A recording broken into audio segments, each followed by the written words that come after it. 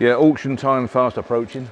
There's always a few star cars as far as interest goes, and these two particular cars I'm going to look at now have caused immense interest online, but they will do. You wait and see when you see them.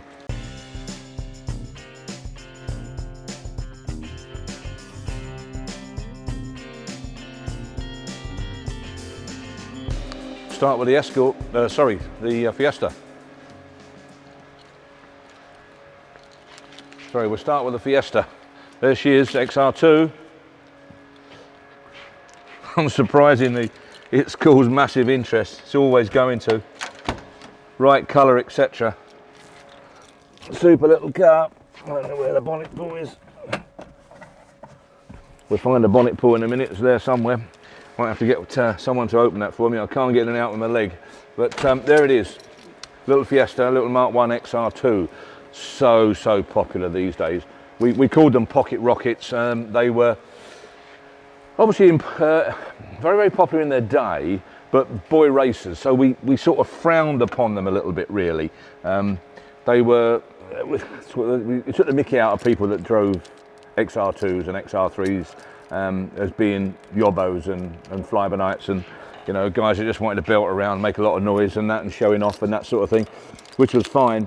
We bought and sold an awful lot during maybe probably mid-90s, I would imagine, early and mid-90s, 1991, 1995, because the lads couldn't insure them. So the guys that wanted them were finding it impossible to insure them or pay the premium. So therefore they became less sought after. And in auction, they were, generally speaking, quite cheap. So we used to buy them thinking that most people can't insure them, but there's always going to be someone out there that can, and that's what we did. So we were stocking quite a lot of XR2s and XR3s, not really selling them ever so quick, but selling them well and selling them for decent profit. So we quite like them, but these sort of, I don't know, missed the boat a little bit, Mark 1s. I don't know why they did, but they genuinely did. I think they possibly took people by surprise. I'm not sure really. I just feel that they weren't in demand as much as the Mark IIs, when I think people had woken up to the idea that, hang on a minute, we've got a fast Ford hatchback that is a bit swish, we should have one of these.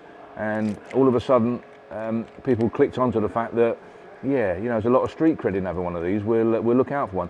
And it went on from there. But initially, in my opinion, the Mark 1s weren't the easiest thing to sell, full stop, even before insurance rates went through the roof. So consequently, there aren't that many about, and there's not that many come on the market. But when they do, in this condition, which is very nice, they make phenomenal money. I could see this achieving, could do 20,000 quid. You know, it'll certainly romp 15. It could easily do 20. Interior is exceptional, really nice, because this material doesn't wear very well. It stretches like the driver's seat has. Look, it tends to do exactly that. It just becomes a bit creased and stretched. This is not bad. That's about as good as you can expect. In fact, if you wet vac that, it would probably shrink enough, but then it would stretch again after a while when it dried out. But that's what you have to put up with this type of material. But generally speaking, looking around it, lovely motor in lovely condition. I haven't checked out numbers and such like that, but our lads will do, I'm sure. Shut lines are all good. They look all nice. It's obviously had repaint more than once in its life, no doubt. But all the fittings and components and that look about right to me. Nice sunroof in it. Whether we can get in here. Yep, there we go. There we are. Look at that. What a nice straight little motor. We've obviously got a different carburetor on by the looks of things. It'll have something like a K&N under there. If I can get in there and open the bonnet, I will do, but my leg's a bit stiff, so I can't manoeuvre myself about too much. But that's what's happened there. But lovely. Really nice. Nice and straight under here. Whoever's done it's done a nice job. They've done a full house, you know, inside and out. So it's had some work on it. It's had some money and time spent. I don't know whether we can see in here. This bonnet pull this side, I can't remember. Yeah, no, it must be the other. We'll have a look. But look how straight instep is. Seals all nice, door shuts all good, skin's all good. Bonny looking car. Nice thing. Just a tilt sunroof. And we've got a bit of a riot up here. Might find it all. Look, lots of, oh dear me, lots and lots of new stuff. Oh dear, oh dear. Look at that. Engine rebuilt, gearbox rebuilt, converted to unleaded, fine, fair enough. New clutch, starter motor, alternator, radiator, oh, it goes on and on. 4 new tyres, all new bushes, new wheel bearings, handbrake cables, petrol tank. Guy spent some money. I think it'll do 20 grand, that car. I do, I really do. In fact, I know who's going to buy it. I think I know who's going to buy it. And he'll give 20 grand for it. So I don't know what the reserve is or what the guide is. As I say, I haven't looked into it, but I think it'll do 20 grand. I'd love just to open the bonnet. If I can find the bonnet, Paul, can I just see if we can come across it here?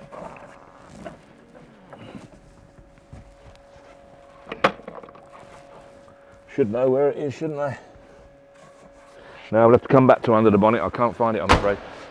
But in general, summing it up, superb example, extremely wanted, going to cause massive interest. So you lads out there, come along and have a look. Prior to the auction, 2 weeks before the auction, we open up, as you all know. But be prepared for being quite impressed and get your money out ready, because I think you're going to have to pull 20 grand for that car. We're going to have a quick look now at the Ford Cortina. We have a Cortina down here, I'm told. Let's have a quick look. Rennie, open the bonnet on that XR2 here. I can't find it and I can't bend down enough. Cortina.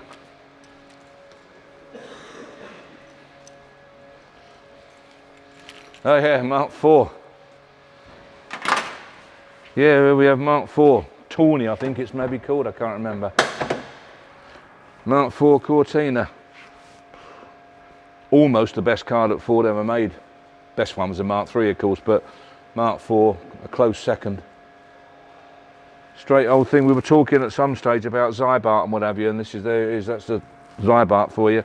I don't like to see it under the bonnet. I don't think it's a good thing at all. Under the bonnet wants to be kept clean, not Zybarted, but it is what it is, and it's probably protected it no end. But in my opinion, I think I'd wash it off and start again, but it looks a bit grubby and you can't clean it, you can't do much with it. It always looks like that, you know, well protected but untidy.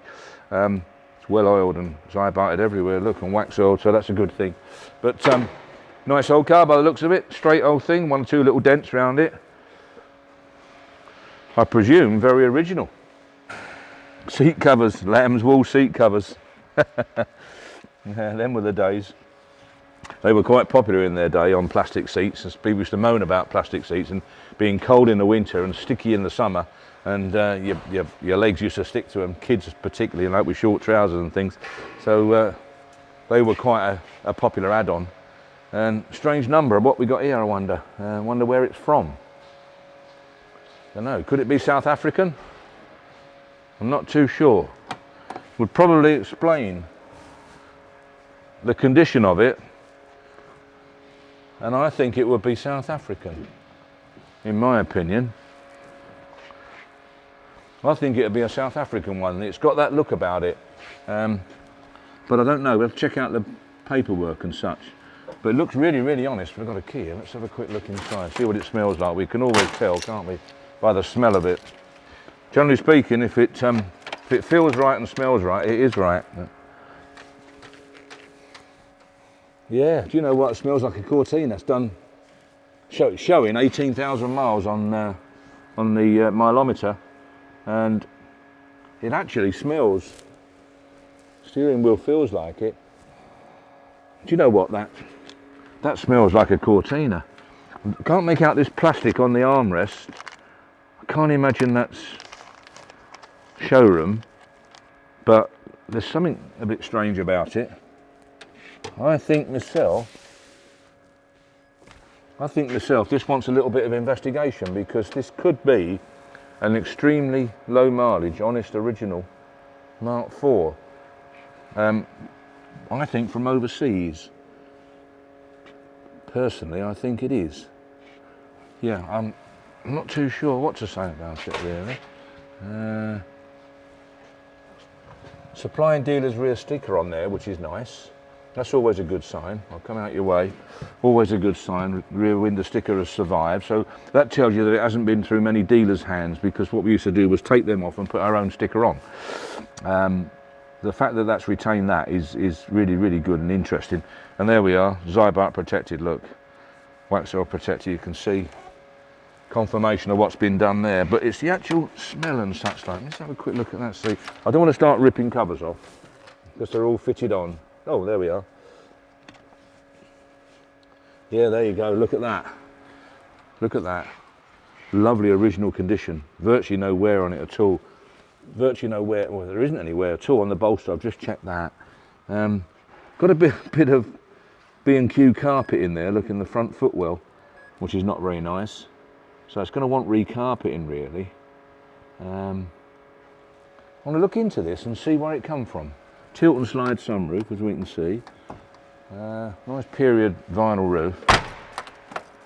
I think that's a very interesting car. I can understand why that's caused loads and loads of interest, because I think condition-wise that is so honest, that car. So right. And if it is an overseas car like Africa, it will explain why it's so original and so rust-free. Because it is. Looks to me an extremely honest car. Sort of car I'd like to buy. This is the sort of thing to buy. One or two little dents about it, look, one or two marks, but you wouldn't paint it. There's one there that keeps catching my eye, which is a nuisance, but you'd have to do something about carefully having that out. But knowing my luck, it'd just be where a strengthening bar is under there. We'll have a look in a minute and see. But I'll tell you what, door shuts and insteps and stuff like that are absolutely perfect.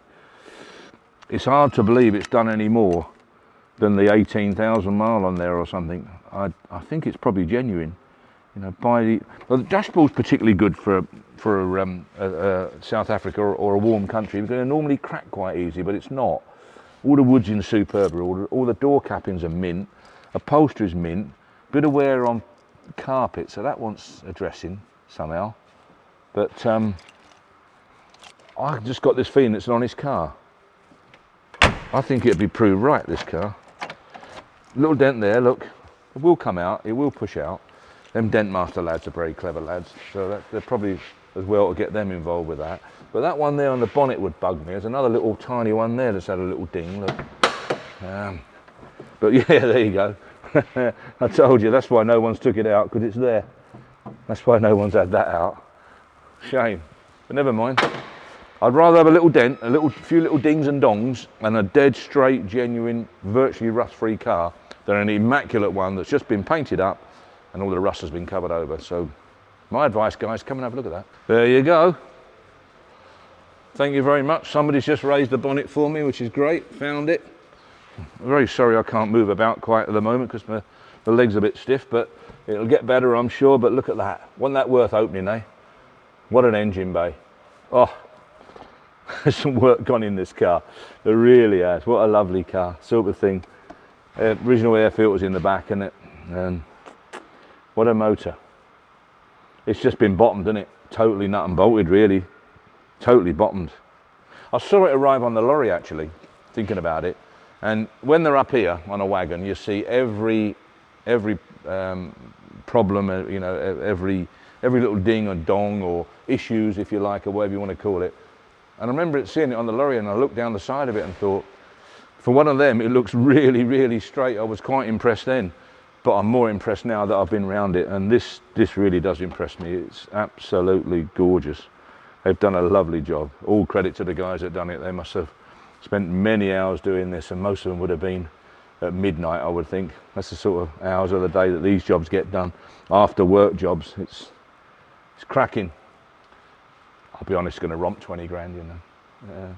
It's funny, isn't it? You know, the pal of mine rang me up one day and he said, how are you getting on with that car you picked up last night? And he said, I think it'll do more than, say, 15,000 quid for argument's sake. And I said, yeah, I think it perhaps will. So the more I look at it in the mirror coming home, the more my prices are going up all the time. I'm, you know, I'm 15, 16, 17. And the same thing applies with this. The more you look at it, the more the value goes up. So yeah, I honestly think it'll romp 20 grand, but I think I still know the guy's going to buy it. So we'll see. I'm going to leave that up for a while, just that, so any visitors, not that we're having many today, can actually see and appreciate just how good it is. And so, one to watch. Could prove, as far as interest goes, this could prove the car of the show. This could generate more interest than anything else in the auction coming up. I think the Cortina, the Mark IV Cortina, will be possibly a close second as well. Just shows you the power of Fords. Amazing.